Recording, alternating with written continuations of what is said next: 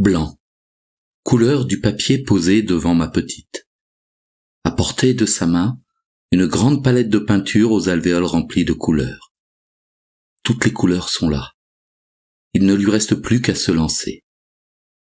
Comment va-t-elle s'y prendre? Trop petite pour utiliser un pinceau, trop grande pour être assistée. C'est elle qui doit peindre, pas moi. Ses doigts feront l'affaire. Par quoi va-t-elle commencer? Ne rien dire, ne rien faire, ne pas intervenir. Le blanc de cette feuille lui appartient. À elle de le combler. Blanc. État originel, pureté et candeur. Espace vierge des premiers pas où tout reste à faire. Quelle couleur va-t-elle étaler en premier? Couleur des yeux, couleur du cœur, couleur de l'âme, ou tout simplement couleur de vie? Voir et laisser faire. En attendant, cette feuille blanche m'interpelle. Ai-je moi aussi connu le blanc d'un état originel? Si tel est le cas, je ne m'en souviens pas. Peut-être qu'en la regardant faire, cela me reviendra. Elle regarde l'ensemble des couleurs mises à sa disposition, hésite, tend un doigt, se ravise, puis se décide enfin. Du bout des doigts, elle accroche du bleu azur et l'étale sur sa feuille. Bleu. Je me souviens de ciel d'été, de coups à l'âme, de rêves, beaucoup de rêves. Les yeux d'une grand-mère, des yeux emplis d'amour me souhaitant à chaque regard 1000 vœux de bonheur. Pas facile de mettre du bleu dans sa vie. Pas toujours facile de vivre sans en mettre. Le bleu s'étale en désordre sur la feuille. À 2 ans passés de quelques mois, on ne connaît pas encore l'ordre des choses et encore moins la manière de mettre ses couleurs. Seul le bonheur compte. Tant mieux. Ne rien faire, ne rien dire, ne pas intervenir. Ce bleu est à elle. Juste la regarder faire et lui souhaiter à mon tour 1000 vœux de bonheur. Soudain, elle s'aperçoit que ses doigts sont barbouillés de bleu. Elle arrête son tracé, elle regarde ses mains, s'inquiète et toute penaude tourne la tête vers moi. Bêtise ou pas? Je ris. Autorisation accordée. Ses grands yeux bleus s'emplissent d'une immense lueur de bonheur. Elle éclate de rire à son tour. Elle est heureuse. Moi aussi. Souvent le bonheur commence comme ça, avec un peu de désordre. Par quoi va-t-elle continuer? Elle tend sa main vers le jaune, s'arrête, se ravise et plonge finalement un doigt dans le vert. Vert.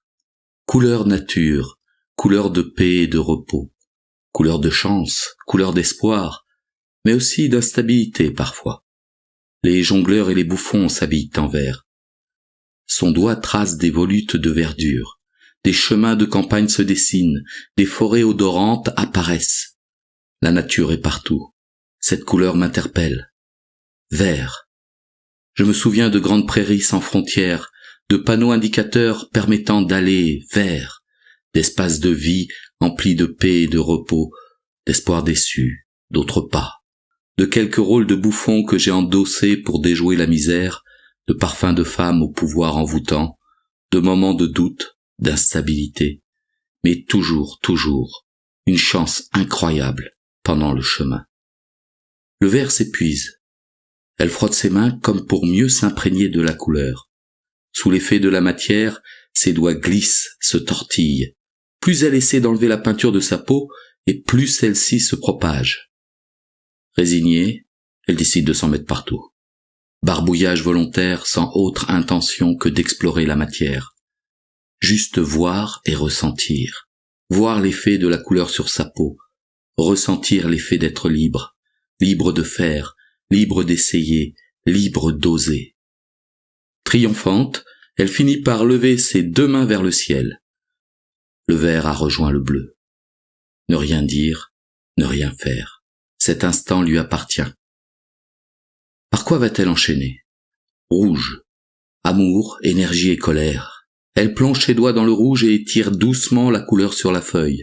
Caresse apaisante posée sur le vert et le bleu déjà étalé. Soudain, son geste change. Ses doigts parcourent la feuille en tous sens jusqu'à en devenir nerveux. L'effet est immédiat. Les lignes s'entrechoquent, se mélangent. des arabesques naissent. Par certains endroits apparaît la trace rectiligne de ses doigts. Griffure rouge sur fond vert et bleu. Ne rien dire, ne rien faire, ne pas intervenir. Ce rouge passionné est à elle. Rouge. Je me souviens de rouge éclatant, de longues chevelures et de cheveux plus courts, de paupières entr'ouvertes, de bas défaits, d'ongles peints dessinant sur ma peau des entrelacs de douceur. Je me souviens également de rouge plus sombre, de colère soufflée par les vents, d'orage et de tempête créant d'effroyables bourrasques, d'amour perdu, d'amour retrouvé. Je me souviens également d'une énergie déployée pour concrétiser des rêves, de nuits entières à travailler, travailler pour ne pas dormir pour rester éveillé pour réaliser mes rêves. Rouge. De longs sillons écarlates recouvrent désormais la feuille. Amour, énergie, pas trop de colère. Elle sera heureuse, je le sens.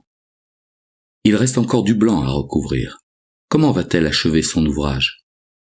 Elle se dirige vers le jaune. Doucement, tranquillement, du bout du doigt, elle attrape délicatement la couleur. Jaune, couleur de l'intuition, de la lumière spirituelle, de l'estime de soi, symbole de l'audace, de la jeunesse, mais aussi de l'inconstance et de la trahison si le jaune se ternit. Comment va-t-elle s'y prendre pour ne pas qu'il se ternisse?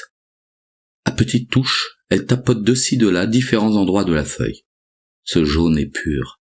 Les points apparaissent tels des sémaphores indiquant un chemin.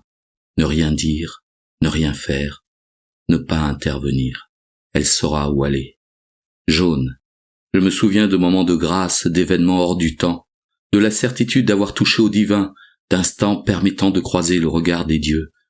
Je ne me souviens pas d'inconstance ou de trahison. Tout au plus quelques atermoiements ou reculades avant d'aller de l'avant. Ne pas baisser les bras et suivre la lumière. Des lumières différentes pour chacun, mais des lumières quand même. Savoir ce que l'on veut pour savoir où aller. Savoir que l'on ne sait rien tant que l'on n'a pas fait le chemin. Voilà, l'œuvre est terminée. Du moins en a-t-elle décidé ainsi. L'enfant admire le dessin sur sa feuille. Il se moque des lignes et des formes. L'important est ailleurs. Du bleu pour les rêves, du vert pour l'espoir, du rouge pour l'amour, du jaune pour l'esprit et la lumière. 4 couleurs qu'elle a choisies. 4 couleurs qu'elle aura mélangées à sa guise sur la feuille. 4 couleurs qui suffisent à faire son bonheur. D'accord. Si on regarde son dessin, il ne ressemble à rien. Du moins, à rien de connu. Peut-être que quelque chose l'aura aidé à barbouiller sa feuille selon un code indéchiffrable à nos yeux d'adultes. Il faut dire qu'à cet âge-là, on ne peint pas avec ses doigts. On peint avec le cœur.